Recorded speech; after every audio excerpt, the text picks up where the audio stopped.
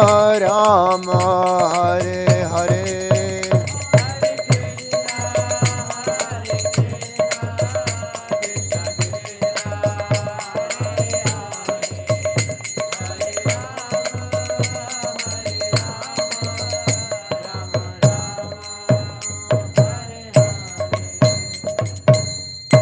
Jai Vishnupad, Paramahamsa, Parivrajak Acarya, Shotara Sata Shri Srimad, His Divine Grace, A.C. Bhaktivedanta Swami, Srila Prabhupada Ki Jai. Jai Om Vishnupad, Paramahamsa, Parivrajak Acharya, Ashotara Sata Shri Srimad, Srila Bhakti Siddhanta Saraswati Thakur, Goswami Prabhupada Ki Jai. Namacharya, Srila Haridas Thakur Ki Jai. Ananta Koti Vaishnav Vrinda Ki Jai. Prem Se Gaho Shri Krishna Chaitanya, Prabhu Nityananda, Shri Advaita Gadadhara Shivas Adi Gaura Bhakta Vrinda Ki Jai. Shri Shri Radha Krishna Gopa Gopinath Shamakunda Radha Kunda Giri Govardhan Ki Jai. Srila Virabhadra Ki Jai. Srimad Bhagavatam Ki Jai. Nitai Gaura Premanandi Hari Hari Bol. All glories to the assembled devotees, Hare Krishna. All glories to the assembled devotees, Hare Krishna. All glories to the assembled devotees, Hare Krishna. All glories to Sri Guru and Sri Gauranga. All glories to Srila Prabhupada.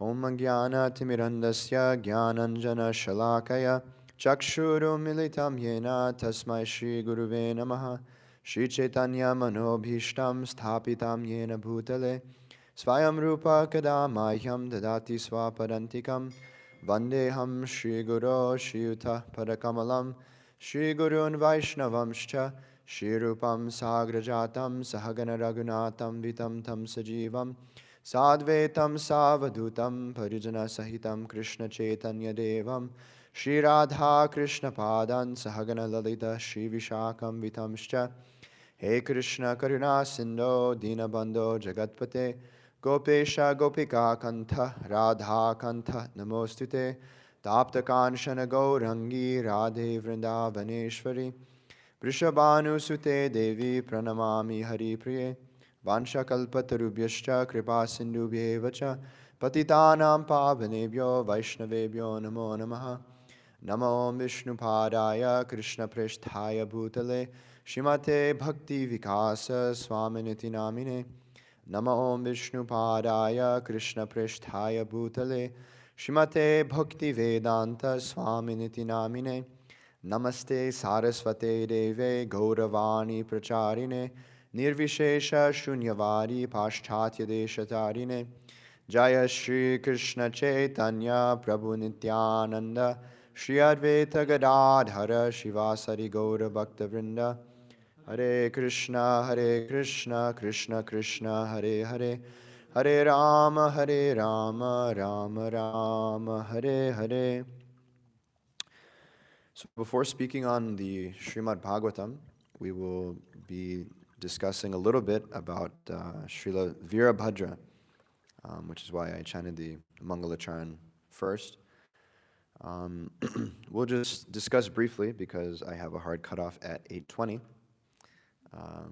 So that's good for the rest of you guys because you don't have to hear from me for so long. But so I'll mention briefly. Srila Virabhadra, he is the son of Lord Nityananda. And Nityananda Prabhu, he had two wives, which were sisters. The mother of hold on, I had it pulled up here. So the mother of Virabhadra her name is Vasudha, and Nityananda Prabhu was also married to Janava Mata. Those were his two wives, and his child is Virabhadra. And Srila Virabhadra, he's a very important personality, as all of our members of our Gaudiya Vaishnava branches of the Chaitanya tree are. But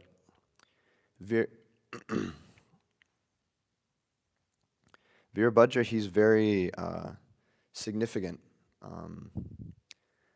because he's actually Vishnu Tattva. So he's an incarnation of Kshirodakashayi Vishnu. Hold on, let me just check something really quick. Bear with me just 1 minute.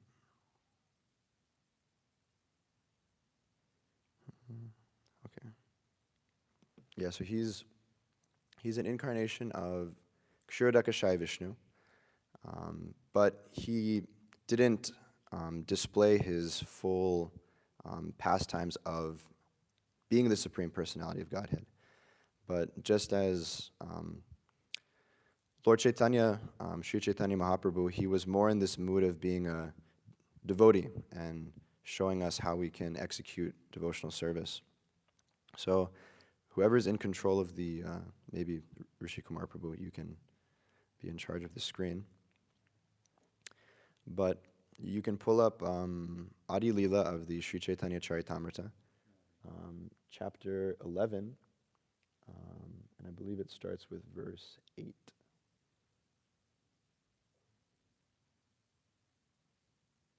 Yeah, there we go. So I'll just, for time's sake, I'll go over just the English. So this chapter is discussing the branches of the Lord Chaitanya tree. And these couple verses here give us a little bit of insight into Virabhadra. So after Nityananda Prabhu, the greatest branch is Virabhadra Goshai, who also has innumerable branches and sub-branches. It is not possible to describe them all. You can go to the next one. Although Virabhadra Goshai is the Supreme Personality of Godhead, he presented himself as a great devotee. And although the Supreme Godhead is transcendental to all Vedic injunctions, he strictly followed the Vedic rituals. He is the main pillar in the hall of the devotional service erected by Sri Chaitanya Mahaprabhu. He knew within himself that he acted as the Supreme Lord Vishnu, but externally he was prideless.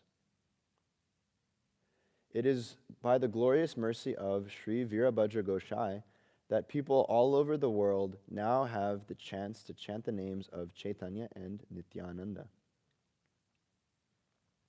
I therefore take shelter of the lotus feet of Virabhadra Goshai, so that by his mercy, my great desire to write Sri Chaitanya Charitamrita will be properly guided. And yeah, there we go. So Virabhadra Goshai, he's described here in Sri Chaitanya Charitamrita. And while his life was full of many glorious pastimes and activities, I don't have time to speak on all of them, but I'll mention a few which are very important. So one thing is, he's non-different from Kshirodakashayi Vishnu himself. So one of his pastimes was when he went to go reunite with his eternal consort. We understand that the Lord and his consort, they're never, at least internally, they're never separated, whereas externally it might seem like they're exhibiting that separation. So being Kshirodakashayi Vishnu, he was already eternally associated with his consort, but he wasn't manifesting those lila pastimes yet in this appearance in the lila of Sri Chaitanya Mahaprabhu. But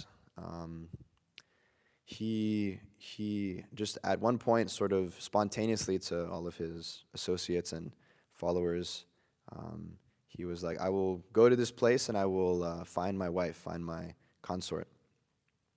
And it's described that he's outside the home of a very poor brahmana. And, he asked the brahmana for some, basically some donation, something to help sustain him. And then he receives this brahmana's daughter in charity, and then they get married. But since this brahmana was so poor, he couldn't really offer such big of a dowry. So I believe he offers 5 of a specific kind of fruit as the dowry for the wedding. But it's described that at the wedding ceremony, not to the eyes of everyone, but Lord Varuna himself came, and he offered the dowry to Virabhadra, and served the Supreme Lord in that way. And then another pastime, which I found very amazing, was when Srila Virabhadra, he defeated the Buddhists. At this time, there was a lot of Buddhists in India. The philosophy of Buddhism was very widespread. As we see in the life and pastimes of Sri Chaitanya Mahaprabhu himself, he encounters and defeats the Buddhist philosophers. So Virabhadra Gosai, following in his footsteps, he also defeats the Buddhist philosophers because externally these Buddhists, they were very renounced, but it's described that because of their renunciation and their so-called spiritual practice, they were very prideful, they were very proud. So they came to the house of Janavamata, and Virabhadra Gosai, his mother and his wife, they were all there. And this Buddhist monk and his followers, they ask Janavamata for some food. And she hasn't offered the food to the Supreme Lord yet. So she says, yeah, I'll give you, but I have to make the offering first. I have to offer this to the Supreme Lord. And then they get very, very angry, and by their spiritual potency, they say, let there be fire. And then the whole home of Janavamata catches on fire. And then everyone was running here and there, and it's described that Virabhadra Gosai, just by looking at the fire, it was immediately subdued. And everything that was previously burnt was returned back to its original condition, such as the pastimes of the Supreme Lord. The Lord, he doesn't just walk on water or heal some people, but he performs very miraculous things that are, indescribable. And after this, the Lord, to test the actual spiritual potency of these Buddhists, he created expansions of very, very beautiful women. And he invited all of these Buddhist monks to come and accept these beautiful women as consorts. And consequently, almost all of these, previously spiritually potent Buddhist monks, they all fell down, almost all of them. But there was a few that rejected this. And this whole series of events and the fall down of their companions, it caused them to reflect very much internally. And after this, they took complete shelter of Virabhadra Gosai. And they actually gave up their Buddhist philosophy, and they joined him in Chaitanya Mahaprabhu's Sankirtan movement. It's described that everywhere that Virabhadra Gosai would go, he would have a massive Sankirtan party with him, TSKP, traveling Sankirtan. And these, monks that were previously Buddhists that were very much, rigid in their spiritual practice, not showing any emotion, not showing anything, they would always be in the front of the Sankirtan party, dancing in great ecstasy, and encouraging everyone that they met to chant the names of Hari. And one other notable point about Virabhadra Gosai is that he's a initiated disciple of Janavamata. So she initiated him as her disciple. So that's all I have time for, unfortunately. We can talk on and on about these great personalities, but we'll move on to Bhagavatam now for the next 18 minutes. Om Namo Bhagavate Vasudevaya. Om Namo Bhagavate Vasudevaya. Om Namo Bhagavate Vasudevaya. Reading from Srimad Bhagavatam, Canto 3, Chapter 14, titled Pregnancy of Diti in the Evening, text number 27. Yasya, anavadya, acaritam, manīṣiṇaḥ, gṛṇanti, avidyā-paṭalaṁ, bibhitsavaḥ, nirasta-sāmyā, atiśayaḥ, api yat svayam, piśāca-caryām, acarad, gatiḥ, satām, yasyānavadyācaritaṁ manīṣiṇo,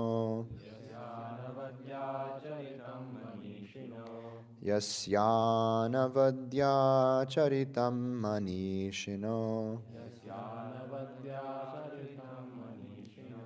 gṛṇanty avidyā-paṭalaṁ bibhitsavaḥ,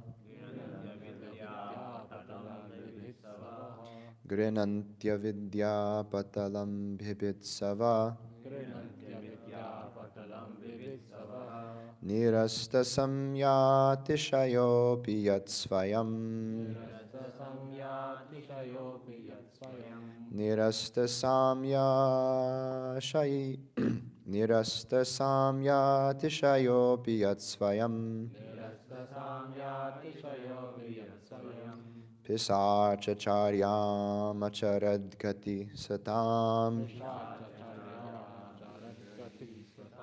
piśāca-caryām acarad gatiḥ satām, yasyānavadyācaritam manīṣiṇo, gṛṇanty avidyā-paṭalaṁ bibhitsavaḥ, nirasta-sāmyātiśayo svayam, piśāca-caryām acarad gatiḥ satām, yasyānavadyācaritam manīṣiṇo, gṛṇanty avidyā-paṭalaṁ bibhitsavaḥ, nirasta-sāmyātiśayo svayam, piśāca-caryām acarad gatiḥ satām. So for sake of time, we'll just go straight to the word-for-word meanings. Yasya, whose? Anavadya, unimpeachable. Ācaritam, character. Manīṣiṇaḥ, great sages. Gṛṇanti, follow. Avidya, nescience. Paṭalam, mass. Bibhitsavaḥ, desiring to dismantle. Nirasta, nullified. Sāmya, equality. Atiśayaḥ, greatness. Api, in spite of. Yat, as. Svayam, personally. Piśāca, devil. Caryām, activities. Acarat, performed. Gatiḥ, destination. Satām, of the devotees of the Lord.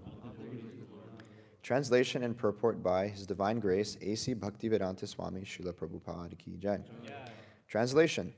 Although no one in the material world is equal to or greater than Lord Śiva, and although his unimpeachable character is followed by great souls to dismantle the mass of nescience, he nevertheless remains as if a devil to give salvation to all devotees of the Lord. Purport.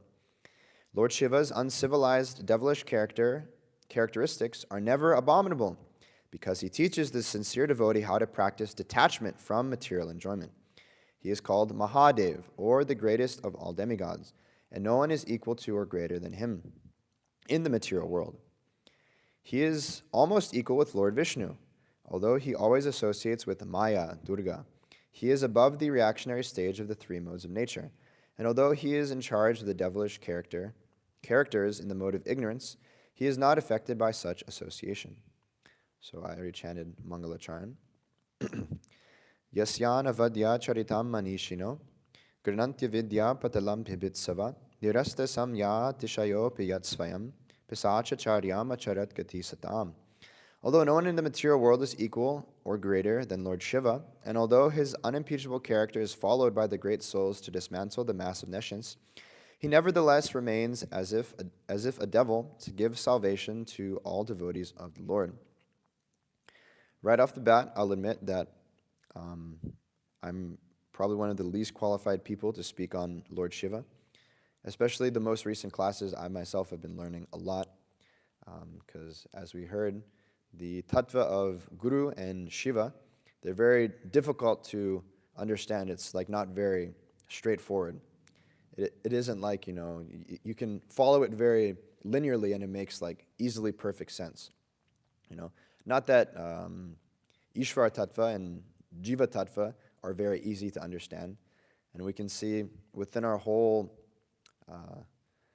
material universe, people have no idea who they are, right? They have no understanding of the Jiva tattva.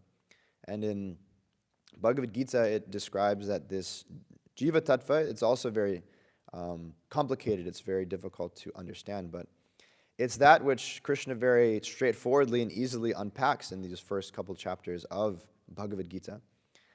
And he makes it so it's very easy, even for unintelligent people like myself, to make an attempt at understanding. And we can see that people all over the country, when they receive and they start reading Prabhupada's books, they can understand who they really are.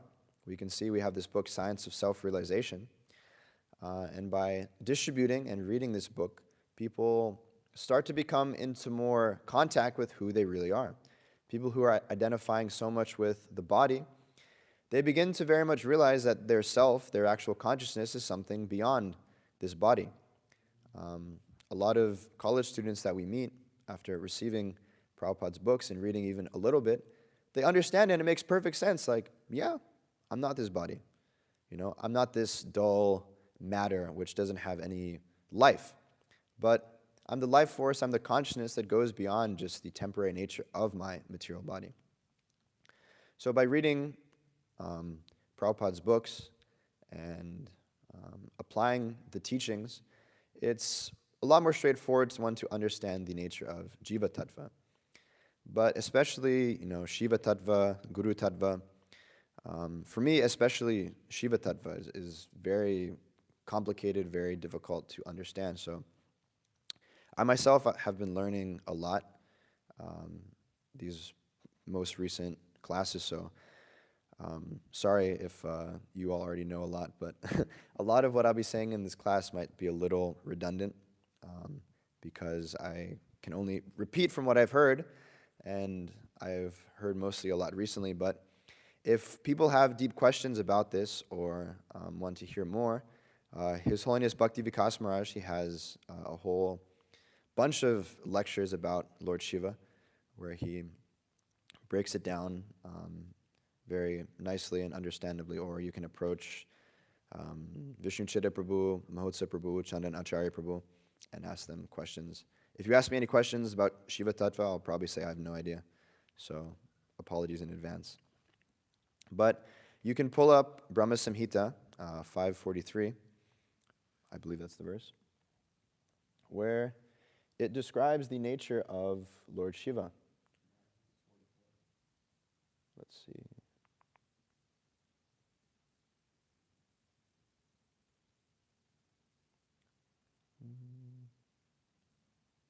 Okay, maybe 40. Yeah, maybe 44 or 42. Okay, try 42. Okay, try 45. There we go. I'll just go to the English just for time's sake, sorry. Just as milk is transformed into curd by the action of acids, but yet the effect curd is neither same as nor different from its cause, viz. Milk, so I adore the primeval Lord Govinda, of whom the state of Shambhu is a transformation of the performance of the work of destruction. So we recently heard about how Sadashiva in the spiritual world, Vishnu form, when he associates with the material nature, or when the curd culture gets put into the milk, then the more it gets transformed, right? It isn't that, as the Mayavadis say, that the Lord has broken up and now he doesn't exist. But we understand that the Lord and his energies, they become transformed. So Lord Śiva, he's very admirable, and we can appreciate a lot of his qualities. That's most of what I'll speak on today, because I don't know so much about his tattva. But I can speak a little bit about his qualities, because especially for us, we're existing here in the material world, and Lord Śiva, he also exists in this sort of purgatory area between both the spiritual and the material worlds, and he associates so much with this mode of ignorance, right? It's described that he's with all these ghosts and hobgoblins and completely ignorant things like crematoriums and everything like that. And, he's directly associating with Maya all the time, right? And not just like some manifestation of Maya, but Maya in her full energy, in her full potency, in her full opulence of Maya. But Śiva, he's very special, he's very significant, because he's able to remain unaffected by these different contaminations. Or even though he might appear to be transformed, and he might appear to be in a very negative state, like it's being described about his devilish characteristics, right? If you try to describe to some Christian person about how a very great devotee of the Lord has very devilish characteristics, they'll like do some, I don't know, like whatever, and the power of Christ compels you, and they'll try to do like an exorcism or something like that. But we can see that even though externally Śiva is exhibiting these characteristics, he's actually completely unaffected by them. And we can see when Śiva came as Shankaracharya, even though he preached the most horrible and contaminating philosophy, which has affected, or seems to have affected even great devotees, this Mayavad philosophy, which is Buddhism, but in the guise of the Vedas. So you get the same horrible result of the philosophical conclusions as Buddhism, but you're practicing it under the guise of the Vedas. So you get a lot of authority from followers of the Vedas with your philosophy, and you also get a lot of potency and a lot of shakti by following the Vedas. But we can see that Shankaracharya, as Lord Śiva, even though he propagated this most horrible and most abominable philosophy, he remained to be unaffected by it. And what's actually amazing, and something that I found very interesting, is that Virabhadra, the personality which we spoke about today, Virabhadra is actually another name for Lord Śiva, believe it or not. Coincidence? I think not, but anyway. And this name, Virabhadra, it means like a warrior or a personality, someone who's Vira, but they're Bhadra, they're very auspicious, they're very great, they're very noble. So even though Śiva and Shankaracharya, they might have been associating with so many abominable things, still they're very pure, they're still very great personalities, right? Even Lord Chaitanya, he recognized Shankara as Acarya, and recognized him as a very great personality because he understood that he is non-different from Lord Śiva himself. So we can understand by this, as preachers, especially those who are going out on the front lines and having to fight with Maya, like hands-on every single day, it's very easy for us to be affected by these contaminations of Maya and by these modes of ignorance, right? Like you go to pretty much every single college campus and Maya is just like staring you in the face. But we can see by this example of Lord Śiva that it isn't by his own potency, his own mystic power, his own shakti, that he's able to remain aloof from his consort, which is Maya herself, or these modes, these contaminations of material nature.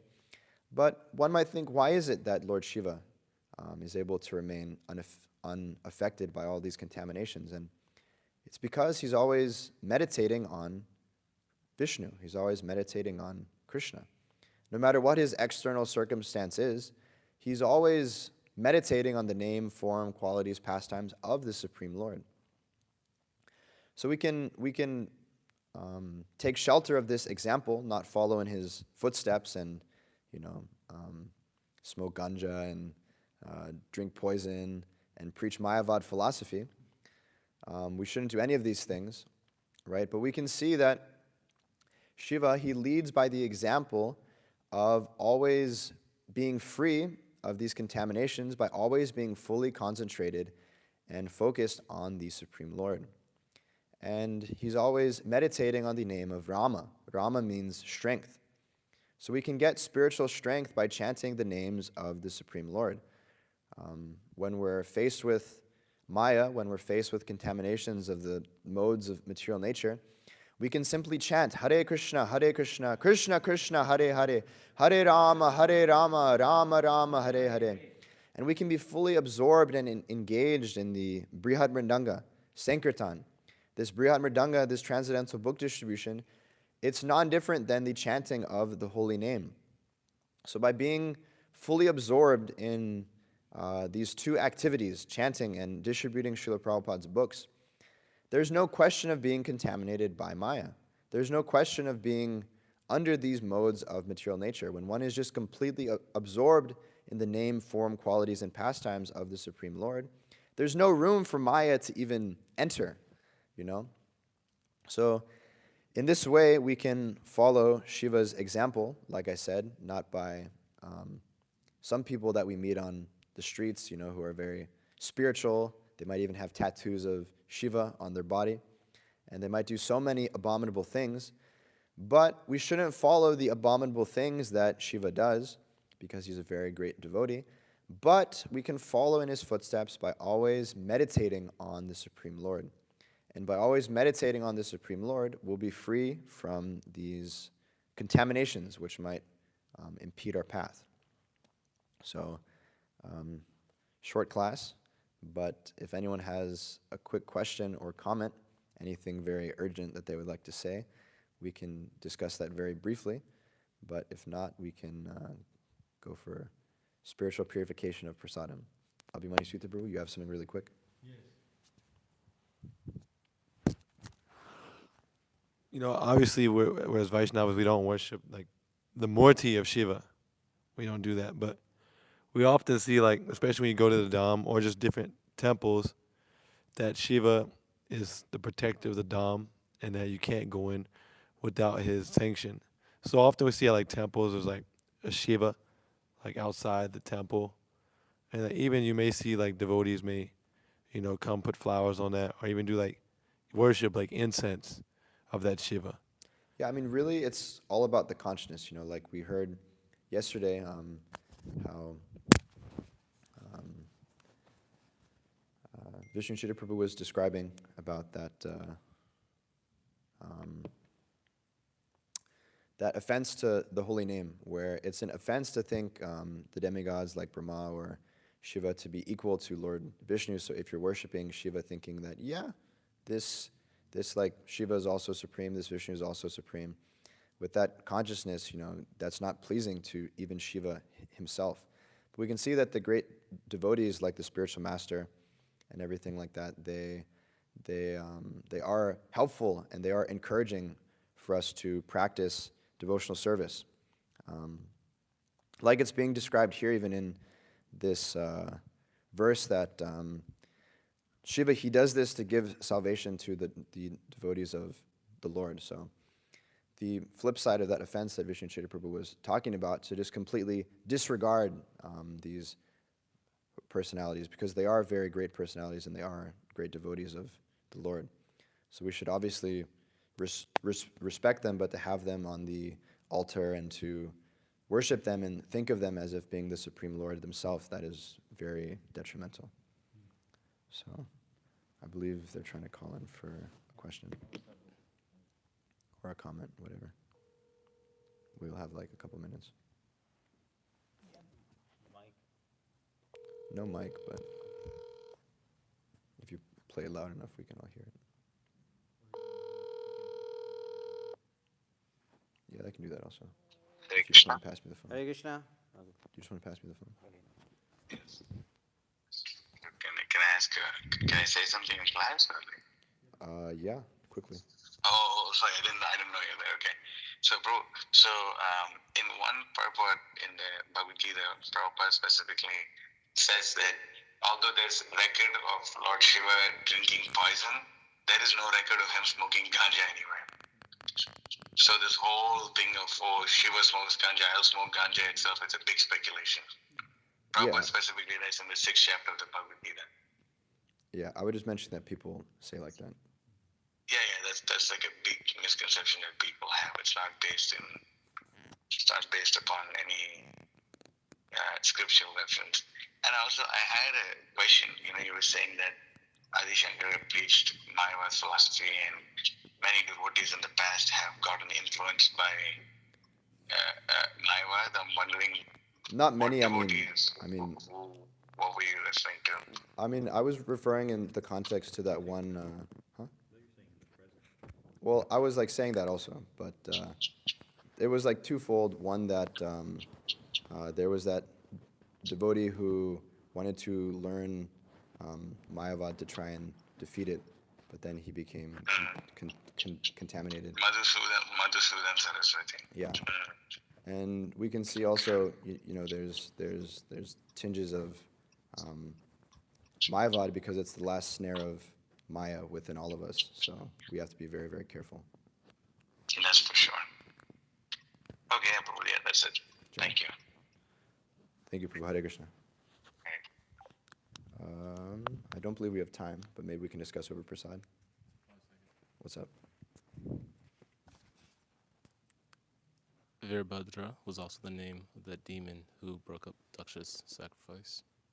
Jai. Hare Bol. Krishna. Haribo.